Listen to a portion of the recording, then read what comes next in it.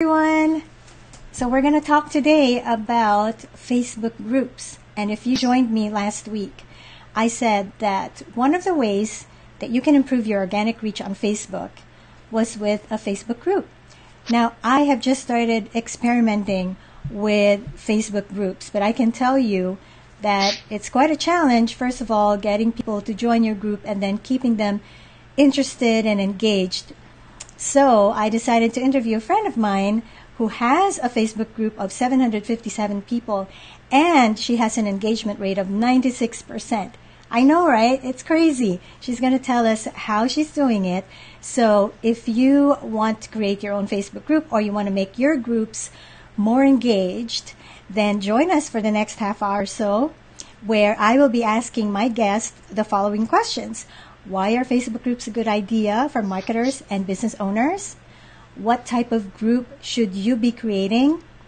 And how do you get people to join your group? How do you keep your members interested and engaged? And should you monetize your group? And if so, how? What is the non-salesy, non-sleazy way to do it? I hope you will join us for the next 30 minutes. And before I move on to my guest, let's take care of a few housekeeping stuff. First of all, where's my stuff here? I forgot to show you guys the title. The Care and Feeding of Facebook Groups. Housekeeping stuff. First of all, turn on your audio. There is an audio icon in the lower right corner of the video. Click on that so you can hear us nice and clear, and you will have the best experience in this live presentation. Get a paper and pen so you can take notes. Share this video with your family and friends who might be able to benefit. Remember, sharing is caring.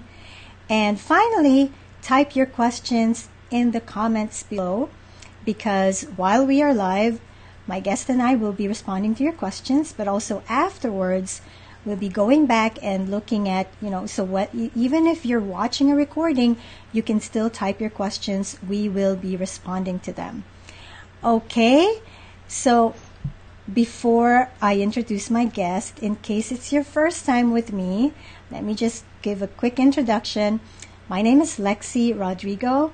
I am a digital content manager, blog editor, copywriter, and lifelong learner. I am just addicted to learning, and I like to take what I learn and turn them into actionable insights.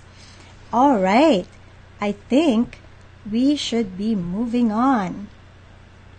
Let me introduce you to my guest, Val Selby, a friend of mine. I think I met her online almost 10 years ago. Probably. Val is the owner of the website wifebehindthefire.com, and she is also the host of the Facebook group with the same name. So hi, Val. Tell us who you are and what you do. Hi, good morning. So I'm Val Selby, and I run a Facebook group for firewives based on getting us some resources and really working on just us, not necessarily the firefighter, keeping ourselves strong. Imagine that's a 24/7 job, because we're online all the time. That's the thing with our active group. And at any one time, you can get on the group, and there's going to be a ton of people. I'm a talker by nature, so I think that's why groups have been a good fit for me. Well, excellent. And because you're a talker, you're the perfect person to interview. That's what I'm trying to, yes. So let's get started. You had this website, wifebehindthefire.com. Why did you decide to create a Facebook group for it? I actually, and this is part of the thing that I did backwards, it was actually the opposite is what I did. That just wanted to chat, and so we created the group, and as more information was on the group, then of course I started trying to put it on the website. I did everything wrong. Now, why do you say that's wrong? Why are you and I both assuming that you should start with a website first? That's the funny thing. It's just because that's what we've been told for so long, right? Yeah, and I think because we are looking into this as marketers, right? wherein you create your own platform first, which would be your website, before you create an asset on somebody else's platform, like a Facebook group. So why did you decide to create a group and not a forum where you and I actually met, was in an online forum?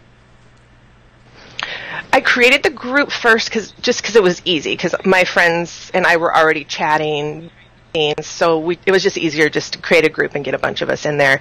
I did try and do the forum. However, I have found, especially over the last 4.5 years, the last 2 years, it's impossible to get people to get off Facebook. It's awkward. They're used to Facebook and how easy it is. They just pull up their app and start chatting, and they don't want to go log in to something on their phone and try and figure it out. They want that instant connection. Yeah, this is so true. And in like that forum that we were on, I have to admit, I stopped participating there after a while, even though a lot of the people I met there became my, good friends in real life.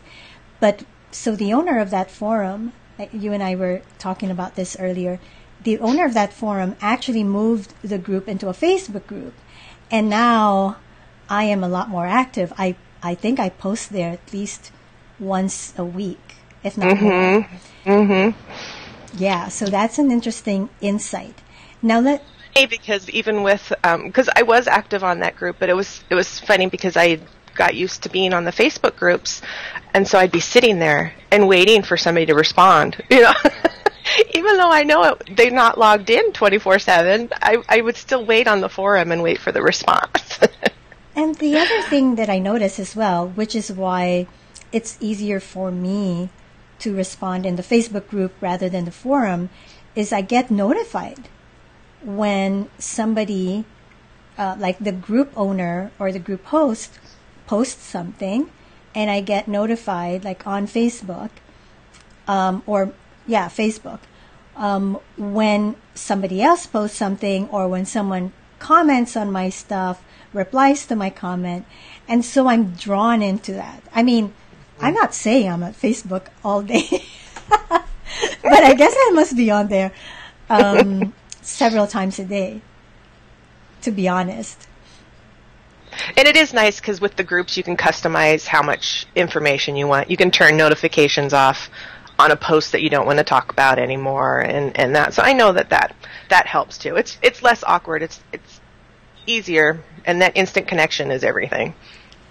And the opposite of that is when someone posts, let's say, a question that I want to know the answer to as well, is I can follow that discussion, right? I can, if I post a comment, I can just say, hey, I'm interested in this too. Somehow Facebook knows that, and Facebook will notify me every time somebody comments on that question. So then I can, stay and be notified of any answers that might be posted on that question, which is not really that easy when you're in a forum. Correct. Now, let's go to the different types of Facebook groups. When you're creating a group, there's 3 kinds. You can make it public, you can make it secret, you can make it closed. Now, what are the differences between these types? And if I want to create my group, which type should I make it? Well, for groups, the one thing that I really suggest is that you write down what your purpose is for the group. Figure out what your goal is.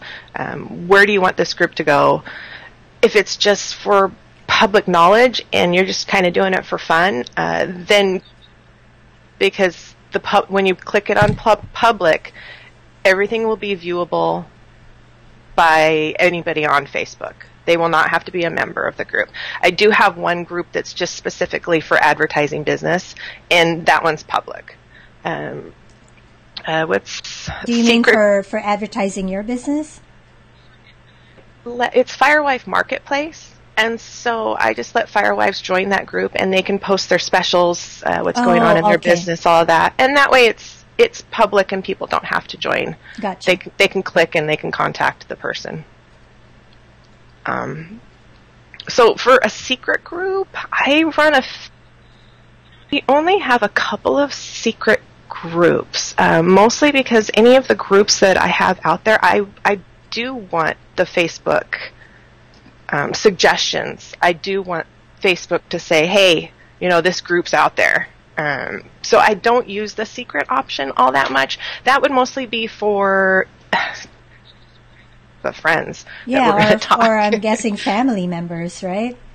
Exactly, yeah. In my opinion, but I think I use Facebook more for marketing purposes. So for me, having a group be secret wouldn't be beneficial. I do have, I should take that back. I do have some groups for moderators and things like that I run that are secret, just because I don't need those for marketing.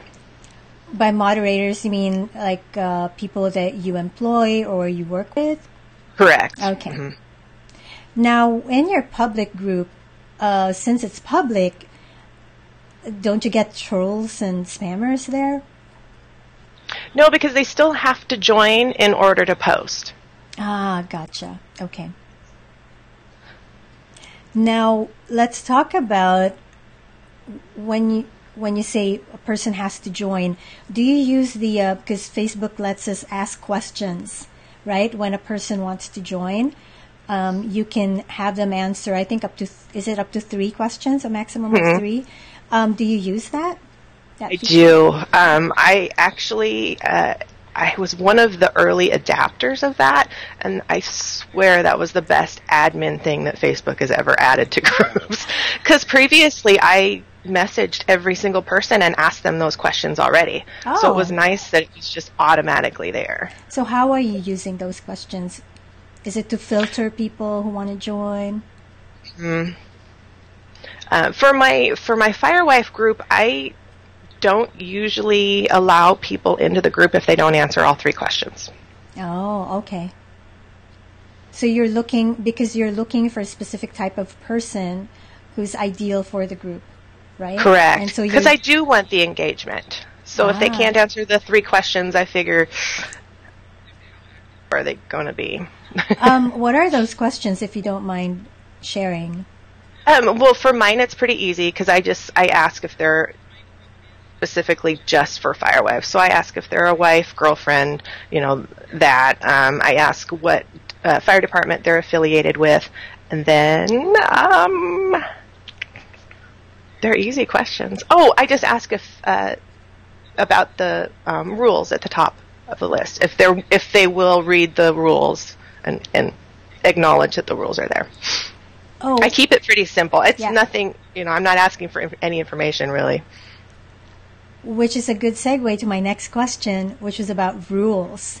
So what do you think are the most essential rules to have for your group? I think that the rules really set the tone for what you want the group to be. I created my rules over the last... Actually, I created the rules in the first 2 years, out of basic necessity, of course, as any rules will be made. But my one rule that really helped form how the is balance. So, I mean, our group is for lifestyle. So a lot of the women will come on there and they just need to vent. I mean, their husband's been gone for 72 hours straight. They just need to vent about the horrible day. And that's fine. Come on there. But I require that everybody also then starts a new post with something good that's going on. Our joke is that just come on and say, I like puppies. You mean the same person? Like if I went there to vent, then I should post something positive. Exactly. Yep. Oh, interesting. Yep. Because nobody likes to go on a group and have it all be negative. Nobody will come back. That's true. I mean, if I was a member and I was already feeling down, and then I went in there and then everyone's just miserable. That's a good point. Yeah. Well, I don't know if you've noticed, but Facebook recently rolled out another feature wherein it already has like these pre-prepared rules.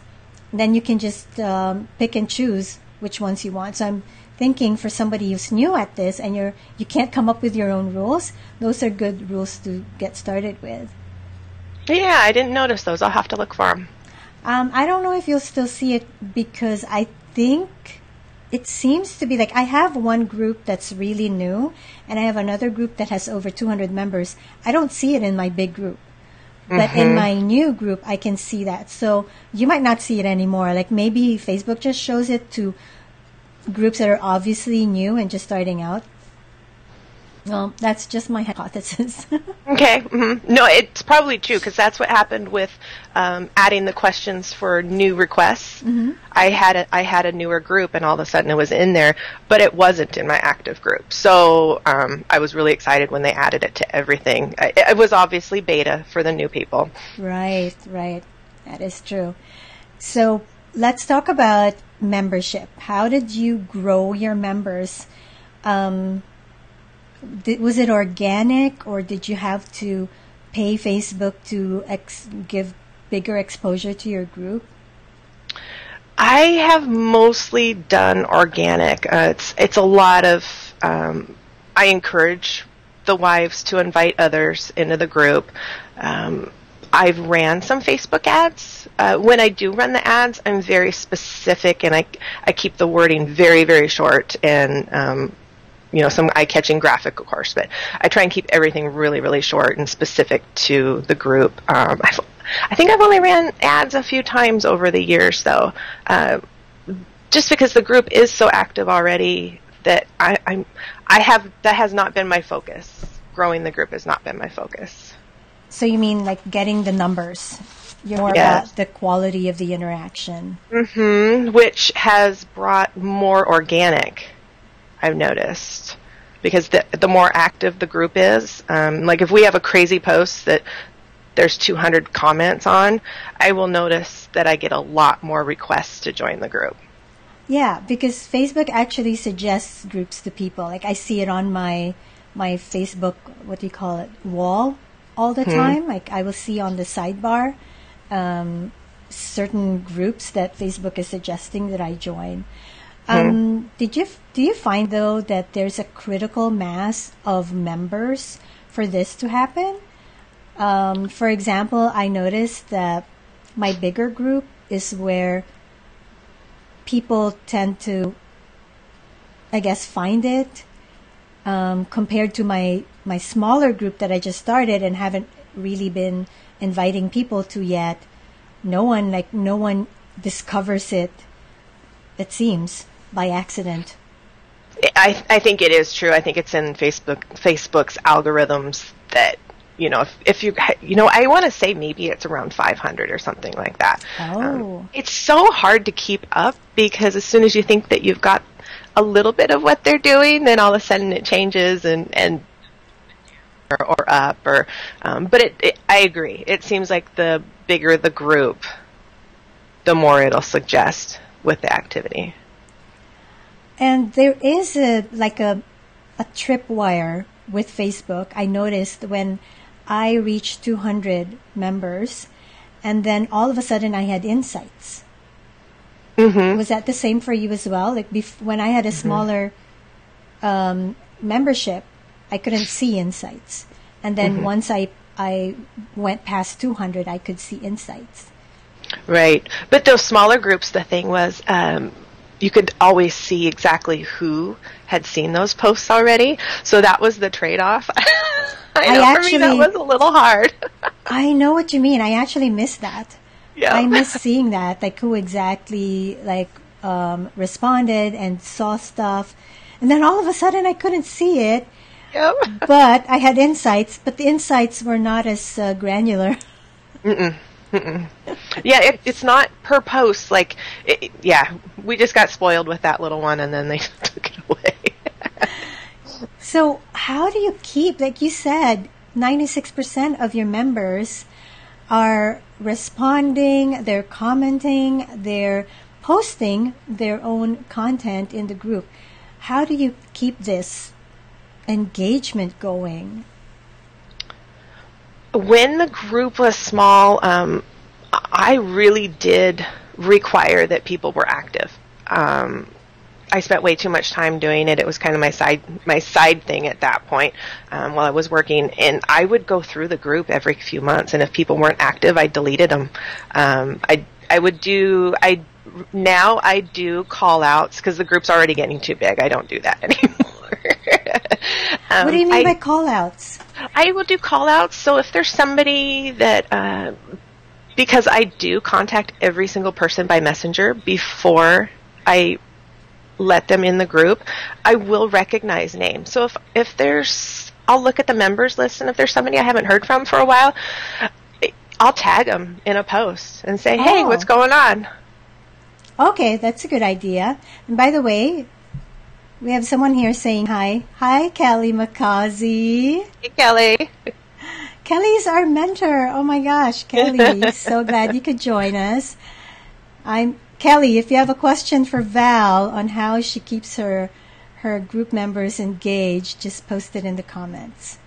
So, okay, calling people out, tagging them in posts. Anything else?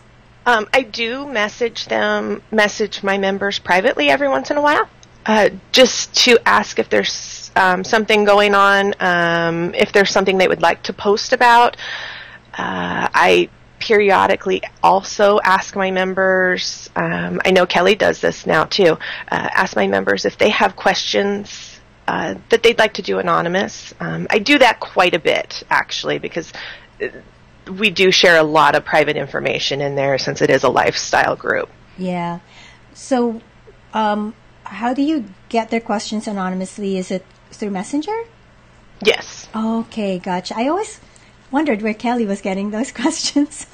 Yeah, and that's part of just contacting somebody out of the blue and asking how things going. It's amazing how much more connected they'll feel to the group then. So then with my connecting them with asking questions, they'll come back to the group just because they instantly feel like, well, they don't instantly feel like, they do have a friend in the group. We've connected, we've had a conversation, we know a little bit about each other and each other's lives, so they feel more comfortable coming in the group and chatting. Right. Do you find that there are certain types of posts that tend to get more engagement? Oh, there it is, and it's hard to switch. Because mine's a lifestyle, yeah. It does end up being the negative posts. So I have to really monitor how those are going and the rampage people will get on and try and steer it clear. Thankfully, I have some really good friends that are good at trying to bury posts as well. And like I said, I don't do things the right way, so I'm not afraid to delete things or... It's your group, right? Exactly, yep. Wait, you said bury a post. How exactly do you do that? To bury a post, what we'll end up doing is me and probably like 5 or 6, we'll just come up with new ideas and new posts, just something simple of what's for dinner, what are you doing today? What are you going to watch tonight? Is it shift day? And then once you get 5 to 10 posts on there, it'll hopefully bury it. Because sometimes those posts might be a rant and they weren't very positive, but there was a lot of good information on there. It's just gone on a little bit too long. There is also the option to turn comments off. Oh, right. I've seen that. Yeah. And for me, don't do that. I would rather delete the post entirely than turn the comments off. I think that's a personal preference, mm-hmm. definitely. But for me, I can't. As a talker, it bothers me to go to a post and not be able to comment. Okay. Hang on, because Kelly responded. She says that I invite them to submit through a blind form. So these are the anonymous questions. So I don't even know who's asking. Oh, okay. See, this is why Kelly is our mentor, because she is so smart. Thank you, Kelly. Now, let's talk about how you manage your group. How much time are you spending? Are you on Facebook all day and all night?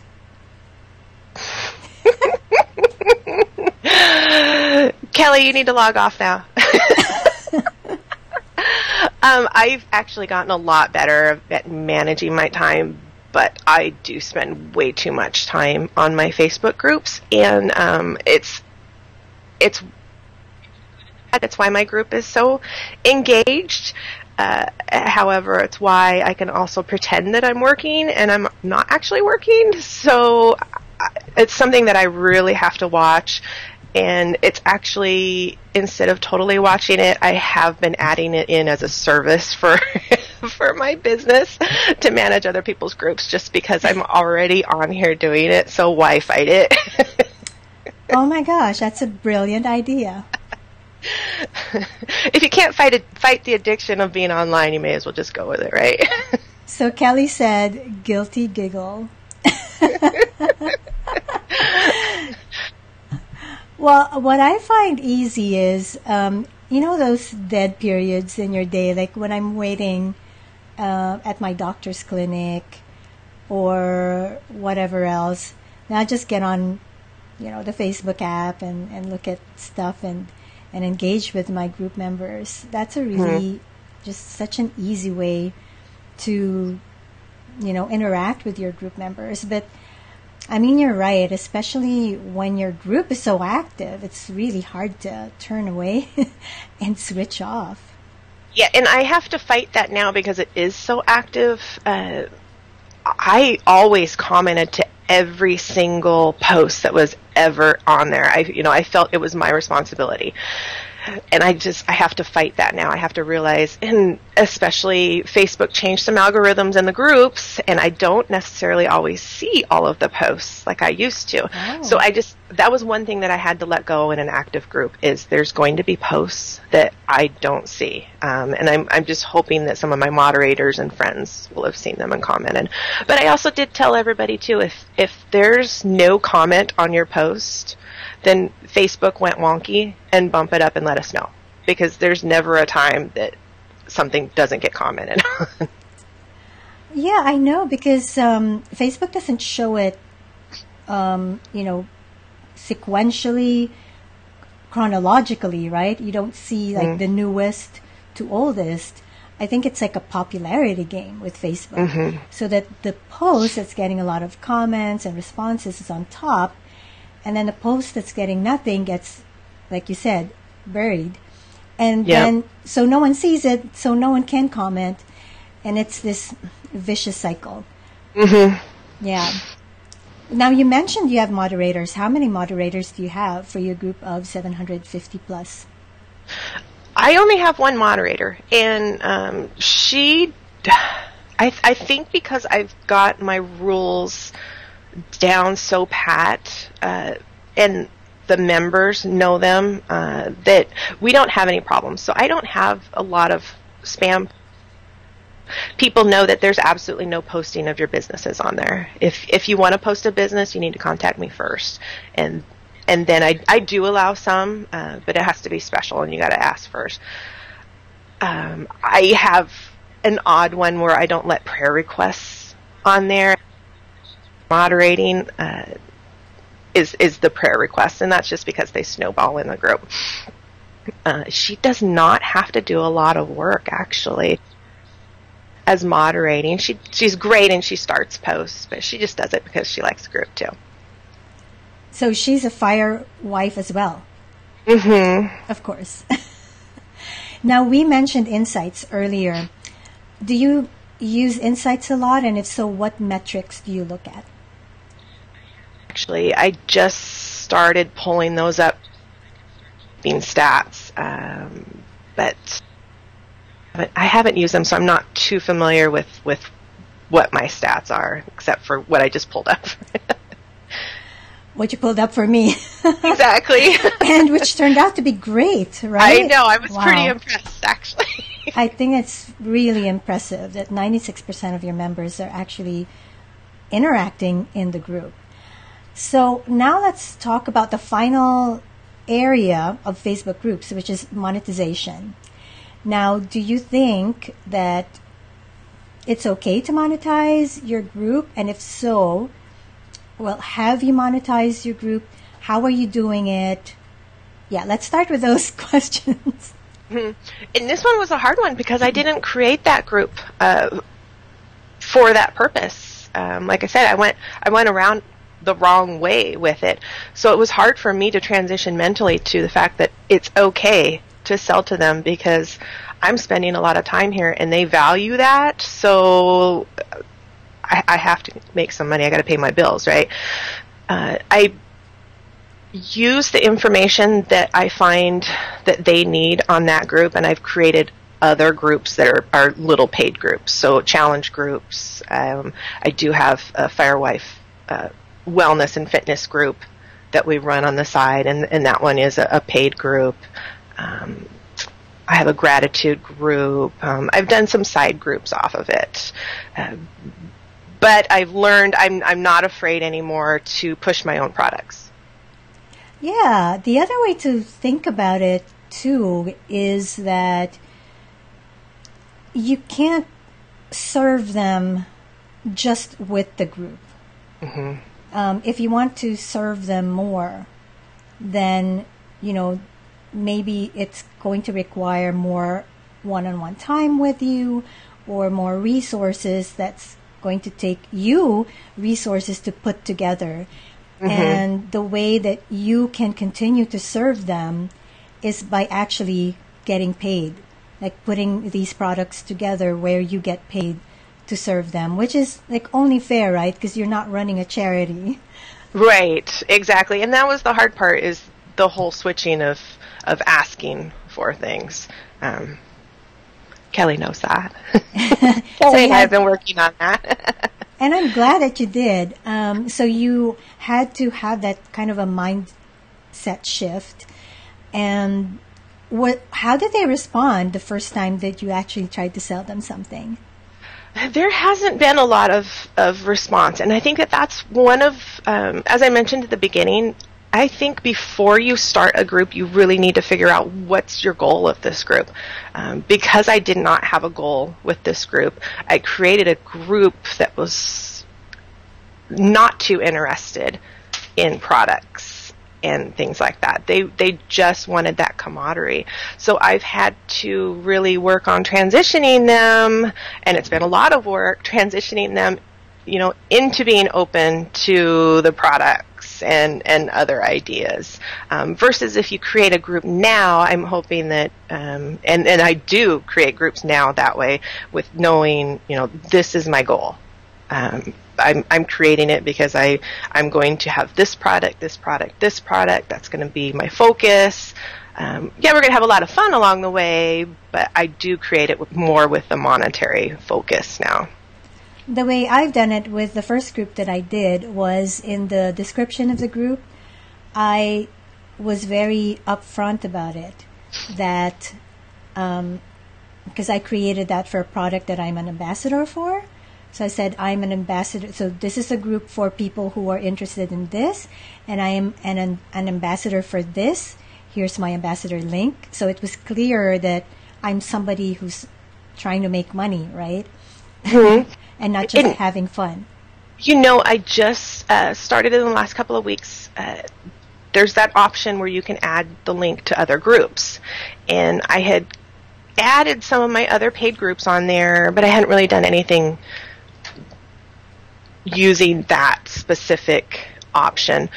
So I went in and I added my groups, my wellness group and my gratitude group that are paid groups. I went in there and I added them to my free group, so it's got the direct link. And when I did, I also changed the wording that this was, and I think I actually might have gotten this from Kelly. I'm not sure if it was Kelly or from Angela Wills. I changed the wording that it was for members of, and gave the link for purchase. And then using my questions for the requests, because I was getting people that wanted to join, but they hadn't purchased the product. I went in there, and that was the first question that I put in there as well. My first question was, have you already purchased? And then I did the link again. And that's brought me a few sales. So that one's been working. Wow. I'm so glad you discovered that. Now, before I wrap this up, you've been saying that you did things backwards and you made many mistakes. And I know that you've mentioned some of them, but just to recap, especially for people who have just joined us now, what are the lessons that you've learned? So if you had to do it over, what would you do differently and why? I would definitely have a specific goal, especially coming in as already being an affiliate. It's not like I just came in as, a citizen starting the group. I would definitely come in with a specific goal of how I wanted to monetize the group. What else? That is honestly my biggest one.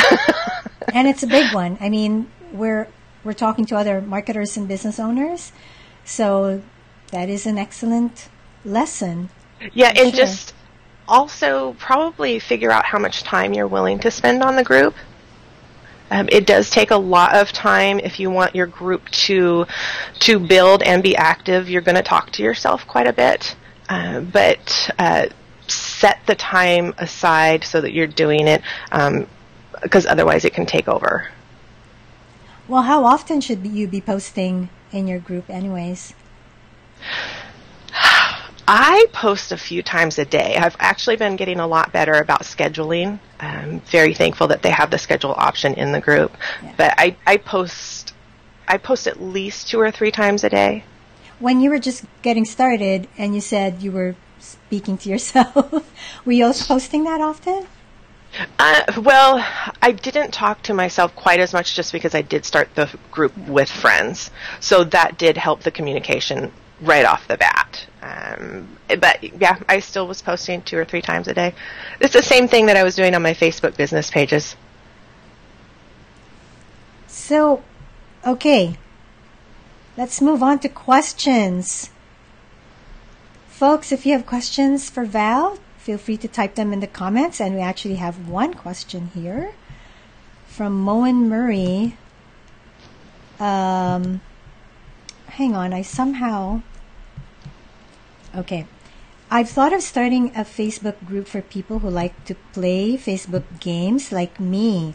Is that a good lifestyle group topic? Lifestyle group topic, yes. But is the goal going to be to try and make money from it? Or is it just to hang out and talk? Be the biggest thing. Just try and figure out if there's affiliate links that you can try and promote or the like, or honestly, if you're just going to get in there and it's just going to be for fun, then go for it, but make sure you limit your time. Now let's assume that this is for marketing, for business. Let's assume that Moen, because if it's just for fun, there's no question, right? Like you can create any Facebook group for fun. But let's say Moen is interested in doing this for business. So what are the things that Moen, I don't know Moen, should think about in creating this group or when deciding whether or not to create this group? I would try and go out and figure out a list of affiliate products. So go around that topic and see if there's that you can do. I mean, thing like that. I mean, affiliate topics could be, a pizza chain or something even. I mean, the sky's kind of the limit on that one. So true. And I'm an affiliate for the Facebook games themselves, but I don't think that's an option. I don't even know if that's an option. I don't know either. I don't play Facebook games myself, so yeah, I don't know if there is any affiliate marketing opportunity there, or if there are other products that people who play Facebook games would be interested in. Yeah, I don't know if like Pop Sugar or any of that has an affiliate program for the upgrades, or but that would definitely be what I would look at first. List of them, and when you make a list of the affiliate products that you want to push, that also helps you create posts for in the group. So you don't have to push the product all the time, but if you have this company that you want to promote, then you can kind of write posts, a couple of times a week around that topic, and then every once in a while you just give them that affiliate link of check this out. So thank you, Moen, for posting your question. I hope that we answered it. But if not, feel free to post another comment and clarify your question for us. So for those who are watching the replay, feel free to post your questions because I will be checking on them after the live streaming, and I will tag Val if there's a question that needs her attention. So now let's move on to a little recap of the things that we've covered here in the Care and Feeding of Facebook groups. So we talked about why should you create a group, and specifically we were talking about creating a Facebook group for business. And we talked about the different types of Facebook groups. There's the public, a secret group, and a closed group, and when each one is appropriate depending on your goals. We talked about rules, why you should have them, and what kinds of rules that you can have. And we talked about asking questions before letting people in your group. We also talked about how to get members organically, as well as we talked a little bit about using ads. And we said that Val and I suspect that there is a critical mass for a number of members when you reach that critical mass, and Facebook will be promoting your group to more people.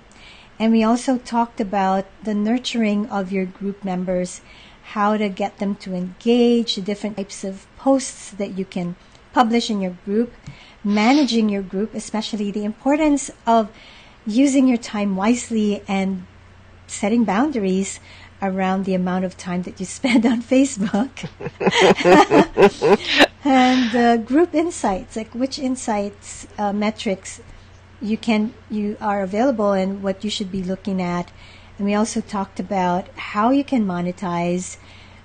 We talked about affiliate marketing and creating your own products, and how to do it in such a way that you're not being spammy or sleazy. Is there anything you'd like to add, Val, that I might have missed? No, you did a great job of recapping those. Thank you. Well, that is all the questions that I have for you, Val. Do you have anything that you want to add before we say goodbye? No, I think one of the biggest things is if you're going to create a group, just make sure that you're actually want to be active and have fun. I think it's just like any other social media platform. We feel like we should join them all and create them all, and then we let them sit. So if you're gonna start a group, really figure out how long you're gonna. Figure out how long you're going to. Who is that? My dog's saying hi. She's done. Oh.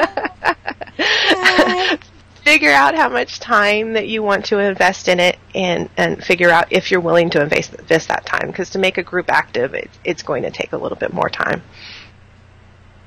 Well, thank you so much, Val. I have learned so many things from you today, and I hope that our viewers have learned a lot too. Guys, what are your aha moments from this interview? Please share them in the comments, okay? Even if you're watching the replay, I always respond to all the comments in my my videos. So thank you, Val. And before everyone goes, I just want to invite you to get my Facebook Live checklist. You can get it for free at alexisrodrigo.com/checklist. Okay, guys, enjoy the rest of your day. Bye. Bye. Thank you for having me.